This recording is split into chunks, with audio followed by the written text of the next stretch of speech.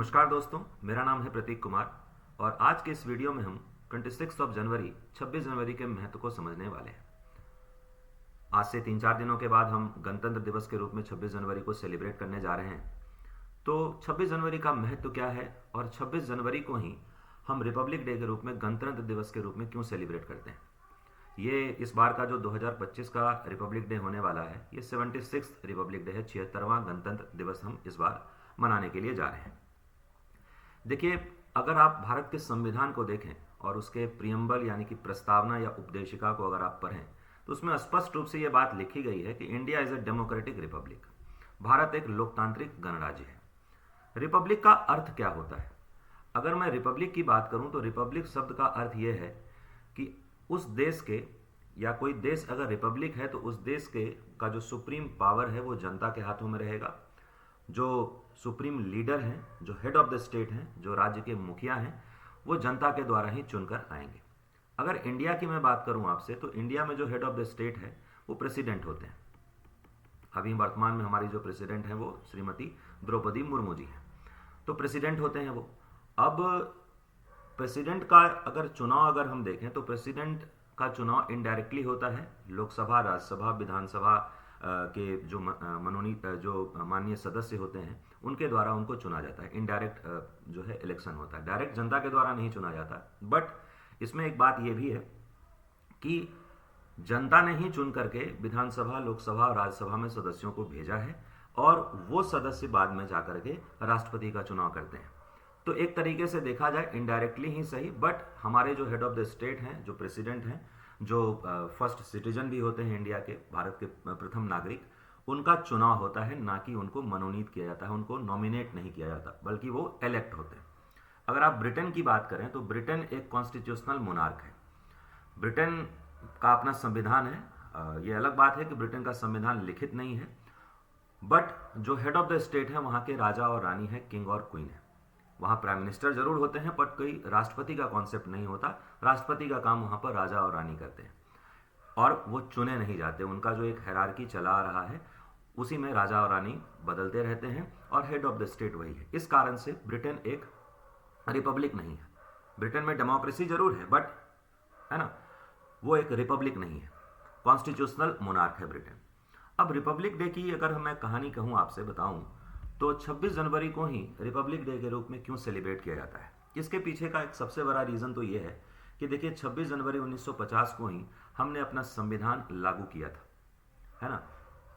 The constitution of India came into effect on 26 जनवरी 1950। हालांकि संविधान बनकर के 26 नवंबर 1949 को ही तैयार हो चुका था।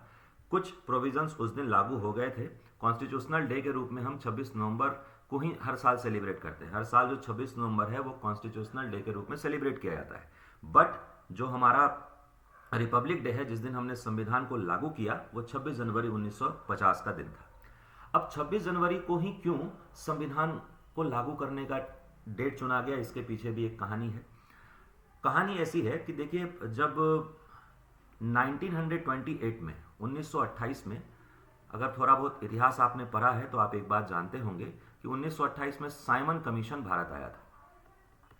और साइमन कमीशन के भारत आने के पीछे का जो रीजन था वो ये था कि 1919 के मॉन्टेग्यू चेम्सफोर्ड एक्ट में ये बात लिखी गई थी कि इस एक्ट के आने के पश्चात, इस एक्ट के आने के 10 साल के बाद, आफ्टर 10 ईयर्स, एक कमेटी बनाई जाएगी और उस कमेटी की को जिम्मेदारी ये दी जाएगी कि भारत में जो 1919 के एक्ट के तहत क्या क्या संवैधानिक विकास हुआ है, किस प्रकार के विकास हुए हैं, और इस कमेटी को एक रिपोर्ट अपना पब्लिश करना था।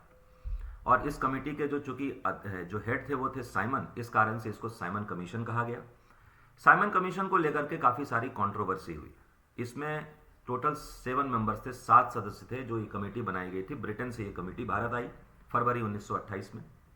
भारत के अलग अलग प्रांतों में ये कमेटी जाती है, लेकिन हर जगह इसको विरोध का सामना करना पड़ता है। इसके पीछे का सिंपल सा रीज़न ये था कि भारतीय लोगों का ये कहना था, उस समय पर कांग्रेस जो मुख्य राजनीतिक दल हुआ करती थी, मेन पॉलिटिकल पार्टी थी, उनका ये कहना था कि अगर भारत के लिए कोई संवैधानिक विकास किया जा रहा है तो उसमें भारतीयों की भी हिस्सेदारी होनी चाहिए।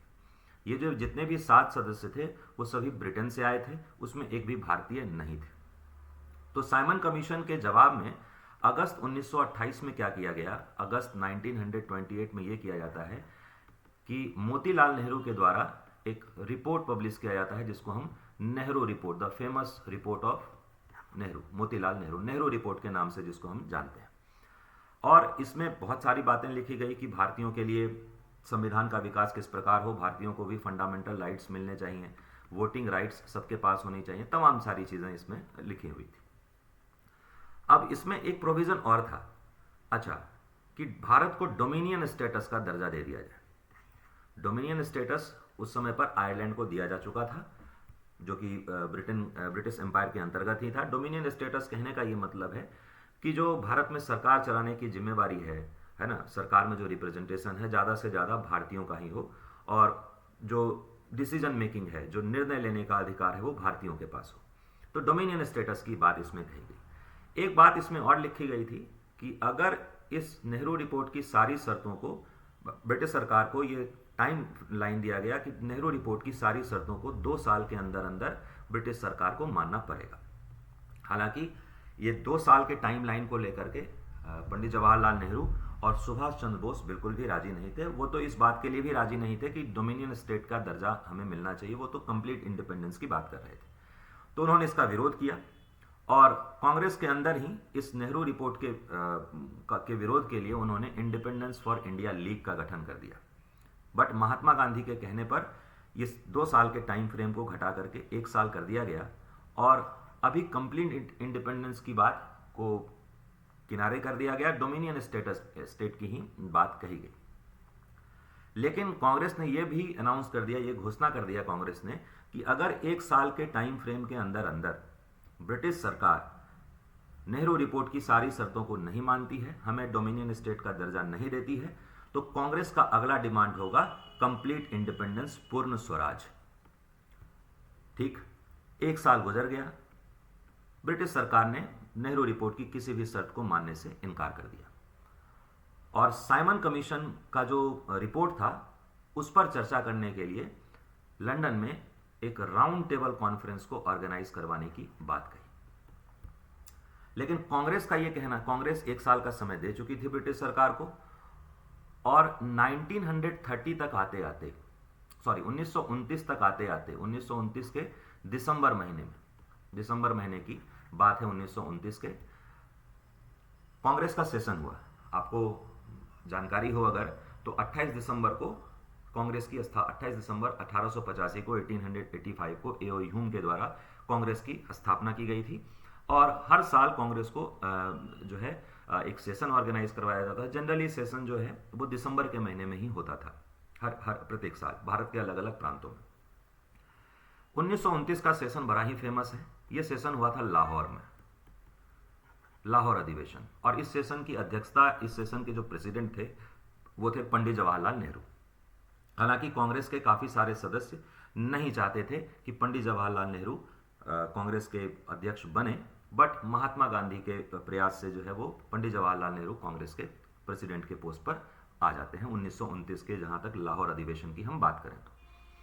अब इसमें लाहौर अधिवेशन में 1929 के लाहौर अधिवेशन में ये कही गई बात कि देखिए भाई, हम डोमिनियन स्टेटस मांग रहे थे आपसे, आपने नहीं दिया, तो अब जो हमारा डिमांड है वो है कंप्लीट इंडिपेंडेंस का, पूर्ण स्वराज का। दूसरी बात ये कही गई कि हम राउंड टेबल कॉन्फ्रेंस का बायकॉट करेंगे, हम राउंड टेबल कॉन्फ्रेंस में नहीं जाएंगे। कांग्रेस ने पहले राउंड टेबल कॉन्फ्रेंस में पार्टिसिपेट नहीं किया था। तीसरी बात यह कही गई कि 26 जनवरी 1930 को पूरे भारत में पूर्ण स्वराज दिवस के रूप में, कंप्लीट इंडिपेंडेंस डे के रूप में मनाया जाएगा। तो यहां पर जो मैंने कहा आपसे कि 26 जनवरी को ही क्यों चुना गया, कि हमने उस दिन ही अपना संविधान क्यों लागू किया, हमारा संविधान उसी दिन इफेक्ट में क्यों आया, उसके पीछे का सबसे बड़ा जो रीजन है वो यही है कि 26 जनवरी 1930 को हमने पहली बार पूर्ण स्वराज दिवस के रूप में मनाया था। हर साल 26 जनवरी को जो हमारे देश के राष्ट्रपति हैं, वर्तमान में द्रौपदी मुर्मू जी हैं, वो इंडिया गेट पर भारतीय झंडे को फहराती हैं। हर साल झांकियां भी निकाली जाती है, इसका एक अलग अपना जो है भारत के रिपब्लिक डे का ये अलग आइकन आप कह सकते हैं इसको। इस प्रकार की कुछ झांकियाँ निकाली जाती हैं, आर्मी के परेड्स निकाले जाते हैं जो कि काफ़ी आई कैचिंग होते हैं, काफ़ी खूबसूरत दिखते हैं। 15 अगस्त को प्रधानमंत्री के द्वारा लाल किले से झंडा फहराया जाता है और 26 जनवरी को राष्ट्रपति के द्वारा जो है वो इंडिया गेट से झंडा फहराया जाता है। इंडिया गेट के जस्ट सामने ही आपको राष्ट्रपति भवन भी दिखेगा।